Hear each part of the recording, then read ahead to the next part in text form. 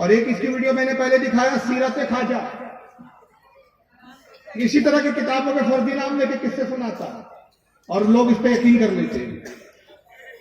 اور اس کا مقام کیا ہے مولوی صاحب کا، میں یہاں روک رہا ہوں، تھوڑا سا ایک مقام دکھا دیتا ہوں حضرت، آپ کے لیے بڑا تعجب کی بات ہوگی، ایسا نازی میں جلسہ تو آپ نے بھی زندگی میں نہیں دیکھا ہوگا، جو اتنا بڑا جھوٹا ہے مولوی جرجیس، ایک جھوٹی کتاب جس کا وجود نہیں، اس کتاب میں ایسا کوئی واقعہ نہیں، ایسا کسی سنی عالم نے لکھا نہیں، سیرت غوث پاک کتابیں کہتا ہے حاجی علی پہ ملتی ہے، تھوک کے پاؤں ملتی ہے، قیمت بھی زیادہ نہیں ہے، 75 روپے قیمت ہے، یہ پہلی کلپ گزر گئی وقت کی، میں شارٹ کٹ دکھا رہا ہوں۔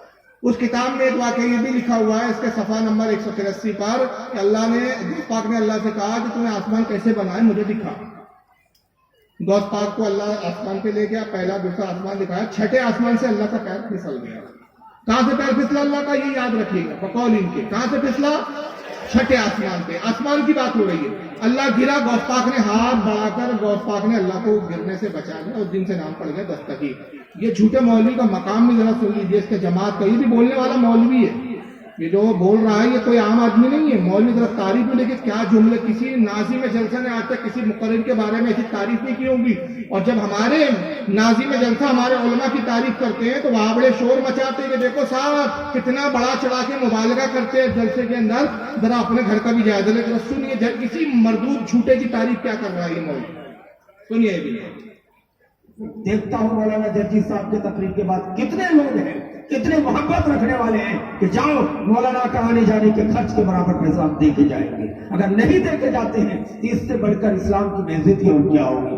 اگر یہاں بھی روک رہا ہوں، جاہل مولوی ہے جرجیس کے ساتھ پڑھا ہوا ہے، تعارف بتایا جرجیس ذرا میٹھی مدرسے میں پڑھے، مدرسے کے لیے چندہ جمع ہو رہا ہے، کہتا ہے کہ مولانا جرجیس کے نام سے چندہ دو، اتنا تو دے دو کہ ان کے آنے جانے کا خرچہ نکل جائے، اگر اتنا بھی چندہ نہیں دیا تو اسلام کی بے عزتی ہو جائے گی، اس منوس کی چندہ نہ دینے سے اسلام کی کون سی بے عزتی ہو جائے گی۔ چلو ابھی اس پر میرا اعتراض نہیں ہے، اس کو نظر انداز کرتے نکل گیا بھائی، سبقت لسان ہے، آگے دیکھیے اس کی مکاری۔ اگر نہیں دے کے جاتے ہیں تو اس سے بڑھ کر اسلام کی بے عزتی اور کیا ہوگی، اگر نہیں دے کے جاتے ہیں تو اس سے بڑھ کر اسلام کی بے عزتی اور کیا ہوگی۔ یہ مسلم لاک ڈاؤن کے بعد بہار کی دھرتی میں پہلا پروگرام، یہ جملہ بتا رہا ہے، یہ پروگرام ابھی لیٹسٹ آیا ہے، ہاں یہ بول کے نہیں یہ پرانا توبہ کر لیا، ابھی تک توبہ نہیں ہوئی ہے اس سے۔ اتنا بڑا پروگرام پوری بہار میں 2020 سے لے کر 21 کا یہ پہلا ہے، 2020 میں پروگرام نہیں ہو سکا تھا۔ میں آپ سے گزارش کر کے جانا چاہتا ہوں، آپ کے سامنے اب شہنشاہی خطابت حضرت مولانا محمد جرجیس صاحب چترویدی اٹاوا یوپی تشریف لا رہے ہیں۔ آپ حضرات ان کی تقریر کو بڑی دل جمی، ہلہ نہ کریں، شورغل نہ کریں، بڑی شانتی کے ساتھ ان کی تقریر کو سنیں۔ ان کی تقریر کو سننے کے لیے پوری عرب و عجم، پوری بھارت کے اندر اللہ نے ایسی تقریر کا ملکہ دی ہے کہ اللہ کا شکر ہے کہ کسی بھی مذہب میں، کسی بھی مسلک میں اتنے اچھے، اتنے بڑے اور اتنے کم عمر میں ایسا خطیب ابھی ہندوستان پہ نظر نہیں آ رہا ہے۔ ہندوستان پاکستان میں ایک پر ایک خطیب تو ہے، لیکن سبوں پر فائد حضرت مولانا جرجیس صاحب چترویدی ہیں اور ہو جاتے ہیں۔ یہ اللہ کی طرف سے دین ہے، قدرت نے ایسی قوت گویائی اور ایسی زبان پہ مجاز اور ملکہ عطا کی ہے کہ پوری دنیا میں ایک تقریر کا دھوم مچایا ہے۔ کچھ لوگوں نے تو یہاں تک مبالغہ آرائی کی ہے کہ حضرت آدم کے بعد آج تک کی تاریخ میں مولانا جرجیس جیسے خطیب ہی دکھائی نہیں ملتا ہے، ثبوت بھی نہیں ملتا ہے۔ روک دیا میں نے، آدم علیہ السلام سے لے کر آج تک ایسا خطیب ہی پیدا نہیں ہوا۔ کیا مکار قوم ہے یار، یہ بے غیرتی کی حد ہے، اس لیے ان کی ماں نے دودھ نہیں پلایا میرے سامنے بیٹھے پیچھے بھوک کے۔ تصور کیجئے بڑے بڑے انبیاء گزرے ہیں، ارے داؤد علیہ السلام ایسے نبی گزرے ہیں کہ جب وہ کلام کرتے تھے تو دریا کا پانی ٹھہر جاتا تھا، آسمان کے پرندے رک جاتے تھے، دلوں پہ وہ اثر کرتا تھا۔ اور یہاں تک کہ شاہ عبدالحق محدث دہلوی رحمۃ اللہ علیہ نے لکھا اپنی مکتوبات میں، شاہ عبدالحق محدث دہلوی کی بھی مکتوبات ہے فارسی میں، جو آپ نے حضرت باقی باللہ رحمۃ اللہ علیہ کو خطوط لکھے ہیں، الحمدللہ میرے پاس اصل نسخہ ہے۔ اس میں ایک جگہ بیان کرتے داؤد علیہ السلام کا ذکر کرتے ہوئے کہ ان کی مجلس جب ہوتی آپ خوف الہی میں خطاب کرتے، عالم یہ ہوتا ہے کہ کئی جنازے نکلا کرتے تھے، ان کی زبان کی تاثیر یہ ہوتی تھی، محبت الہی میں لوگ روحوں کو جو ہے ان کی روحیں نکل جاتی تھی۔ ان کو خیال ہوا حضرت داؤد علیہ السلام کو، یار میرے واعظ کی وجہ سے لوگوں کا انتقال ہو رہا ہے، تو انہوں نے واعظ کہنا کم کر دیا، اللہ نے وہی بھیجی ہے، داؤد اپنے واز کی مجلسوں کو ویسی ہی برپا رکھو. تم کیا سمجھتے ہو کہ جو روحیں نکلتی ہے جن کا انتقال ہوتا ہے تم اپنے آپ کو مجرم سمجھتے ہو؟ نہیں، یہ میری محبت میں تمہاری تقریر کو سن کر جب جان دیتے ہیں میں ان کا نہ حساب لیتا ہوں نہ کتاب لیتا ہوں، جنت میں داخل کر دیتا ہوں. یہ وہ خطیب تھے مولا کائنات کی فصاحت و بلاغت. میرے پاس ایک خطبہ ہے الحمدللہ، میں نے محرم میں دکھایا بھی ایک جلسے میں اندور کی.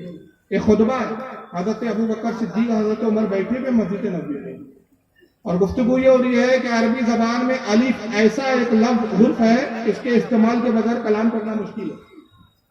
اور ہے نا، الف آتا ہی ہے، یا تو پڑھنے میں آئے گا نہیں تو کم از کم ساکن ضرور ہے. عربی میں الف کے بغیر کلام کرنا مشکل ہے. یہ گفتگو ہو رہی ہے، مولا کائنات تشریف لاتے ہیں، کہا کہ امر المومنین حضرت ابو بکر کا دور خلافت ہے، آپ کس بات پر گفتگو کر رہے ہیں؟ کہا ہم میں گفتگو یہ ہو رہی ہے کہ الف ایک ایسا حرف ہے کہ جس کے بغیر کلام کرنا ناممکن ہے. آپ منبر پر آئے، طویل خطبہ ارشاد فرمایا، خطبہ کتاب میں موجود ہے، اور علی کی کرامت یہ کہ سارا خطبہ وہ ارشاد فرمایا جس میں الف کا استعمال ہی نہیں. وہ خطبہ میرے پاس ہے الحمدللہ، میں دکھایا بھی ہوں جلسے میں اسکرین پہ. اندازہ لگائیے ایسے ایسے خطبہ اور خطیب گزرے ہیں. تو حضور صلی اللہ علیہ وسلم فرماتے ہیں ابو موسیٰ اشعری ہوئے کہ جس کی زبان پر سفینہ بولی. یہ پھٹیچر بلاتکاری، یہ بلاتکاری بابو اتنے بڑے خطیب ہیں کہ آدم علیہ السلام سے لے کر اب تک ایسا خطیب پیدا نہیں ہوا. یہ بے غیرت بازو میں بیٹھا ہوا ہے، یہ انکار نہیں کر رہا کہ مولانا کیا بول رہے، توبہ کرو. تم نے کتنے نبیوں کی توہین کی، کتنے صحابہ کی توہین کی. اور یہ وہ خطیب ہے، واقعی میں کہتا ہوں، میں تسلیم کرتا ہوں کہ حضرت آدم سے لے کر اب تک ایسا خطیب نہیں گزرا، خطابت میں نہیں، جھوٹ کے اندر.